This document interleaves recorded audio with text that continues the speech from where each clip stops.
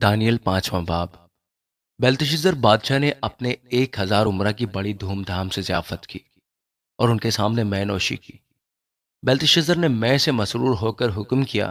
کہ سونے اور چاندی کے ظروف جو نبوکدنضر اس کا باپ یروشلم کی ہیکل سے نکال لایا تھا لائیں، تاکہ بادشاہ اور اس کی عمرہ اور اس کی بیویاں اور ہر میں ان میں مے خواری کریں۔ تب سونے کے ظروف کو جو ہیکل سے یعنی خدا کے گھر سے جو یروشلم میں ہے لے گئے تھے لائے، اور بادشاہ اور اس کی عمرہ اور اس کی بیویوں اور حرموں نے ان میں مے پی۔ انہوں نے مے پی اور سونے اور چاندی اور پیتل اور لوہے اور لکڑی اور پتھر کے بتوں کی حمد کی۔ اسی وقت آدمی کے ہاتھ کی انگلیاں ظاہر ہوئیں اور انہوں نے شمعدان کے مقابل بادشاہی محل کی دیوار کے گچ پر لکھا، اور بادشاہ نے ہاتھ کا وہ حصہ جو لکھتا تھا دیکھا۔ تب بادشاہ کا چہرہ کا رنگ اڑ گیا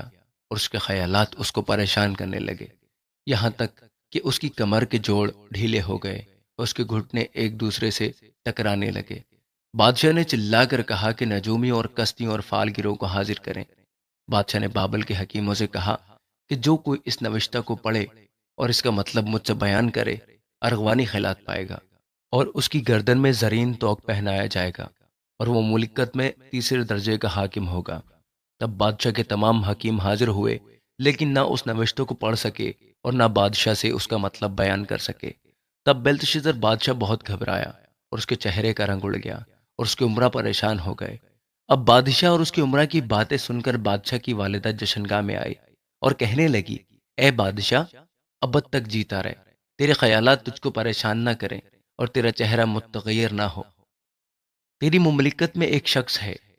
جس میں قدوس الہوں کی روح ہے، اور تیرے باپ کے ایام میں نور اور دانش اور حکمت الہوں کی حکمت کی مانند اس میں پائی جاتی تھی، اور اس کو نبوکدنضر بادشاہ تیرے باپ نے ساحروں اور نجومیوں اور کستیوں اور فالگیروں کا سردار بنایا تھا، کیونکہ اس میں ایک فاضل روح اور دانش اور عقل اور خوابوں کی تعبیر اور عقدہ کشائی اور حل مشکلات کی قوت تھی۔ اسی دانیل میں جس کا نام بادشاہ نے بیلتشزر رکھا تھا، پس دانیل کو بلوا، وہ مطلب بتائے گا۔ تب دانیل بادشاہ کے حضور حاضر کیا گیا۔ بادشاہ نے دانیل سے پوچھا، کیا تو وہی دانیل ہے جو یہودا کے اسیروں میں سے ہے، جس کو بادشاہ میرا باپ یہودا سے لایا؟ میں نے تیری بابت سنا ہے کہ الہوں کی روح تجھ میں ہے، اور نور اور دانش اور کامل حکمت تجھ میں ہے۔ حکیم اور نجومی میرے حضور حاضر کیے گئے تاکہ اس نوشتہ کو پڑھیں اور اس کا مطلب مجھ سے بیان کریں، لیکن وہ اس کا مطلب بیان نہیں کر سکے۔ اور میں نے تیری بابت سنا ہے کہ تو تعبیر اور حل مشکلات پر قادر ہے، پس اگر تو اس نوشتہ کو پڑھے اور اس کا مطلب مجھ سے بیان کرے تو ارغوانی خیلات پائے گا، اور تیری گردن میں زرین توق پہنایا جائے گا، اور تو مملکت میں تیسرے درجے کا حاکم ہوگا۔ تب دانیل نے بادشاہ کو جواب دیا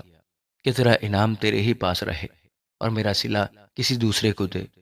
تو بھی میں بادشاہ کے لیے اس نوشتہ کو پڑھوں گا اور اس کا مطلب اس سے بیان کروں گا۔ اے بادشاہ، خدا تعالیٰ نے نبوکدنضر تیرے باپ کو سلطنت اور حشمت اور شوکت اور عزت بخشی، اور اس حشمت کے سبب سے جو اس نے اسے بخشی، تمام لوگ اور امتیں اور اہل لوقت اس کے حضور لرزاں و ترساں ہوئے۔ اس نے جس کو چاہا ہلاک کیا اور جس کو چاہا زندہ رکھا، جس کو چاہا سرفراز کیا اور جس کو چاہا ذلیل کیا، لیکن جب اس کی طبیعت میں گھمنڈ سمایا اور اس کا دل غرور سے سخت ہو گیا تو وہ تخت سلطنت سے اتار دیا گیا، اور اس کی حشمت جاتی رہی، اور وہ بنی آدم کے درمیان سے ہانک کر نکال دیا گیا، اور اس کا دل حیوانوں کا سا بنا اور گورخروں کے ساتھ رہنے لگا، اور اسے بیلوں کی طرح گھاس کھلاتے تھے، اور اس کا بدن آسمان کی شبنم سے تر ہوا، جب تک اس نے معلوم نہ کیا کہ خدا تعالیٰ انسان کی مملکت میں حکمرانی کرتا ہے اور جس کو چاہتا ہے اس پر قائم کرتا ہے۔ لیکن تو اے بیلتشزر جو اس کا بیٹا ہے، باوجود یہ کہ تو اس سبب سے واقف تھا، تو بھی تو نے اپنے دل سے عاجزی نہ کی،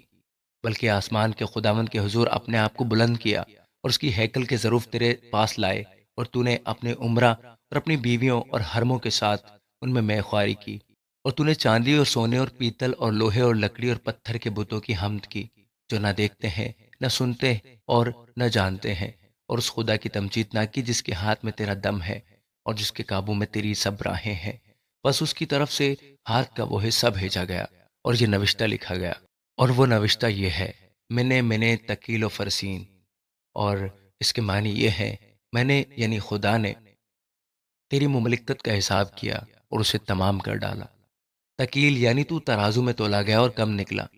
فریس یعنی تیری مملکت منقسم ہوئی اور مادیوں اور فارسیوں کو دی گئی۔ تب بیلتشیزر نے حکم کیا اور دانیل کو ارغوانی خیلات پہنایا اور زرین توک اس کے گلے میں ڈالا گیا اور منادی کرائی کہ وہ مملکت میں تیسرے درجے کا حاکم ہو۔ اسی رات کو بیلتشیزر کسدیوں کا بادشاہ قتل ہوا اور دارا مادی نے 62 برس کی عمر میں اس کی سلطنت حاصل کی۔ آمین۔